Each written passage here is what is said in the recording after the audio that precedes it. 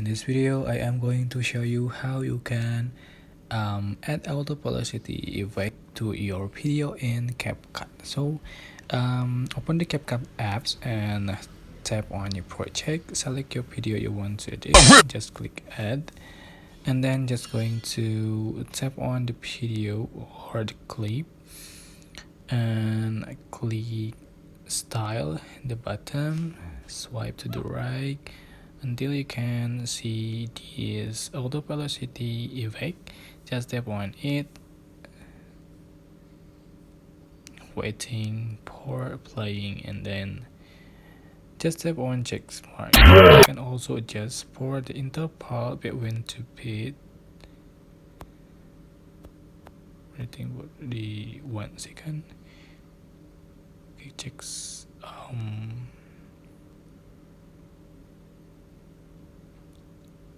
check mark.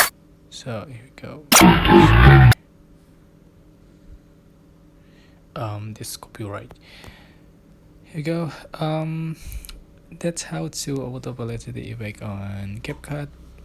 I hope this tutorial was helpful for you. Don't forget to click like, comment, share, and also subscribe. So thank you so much for watching.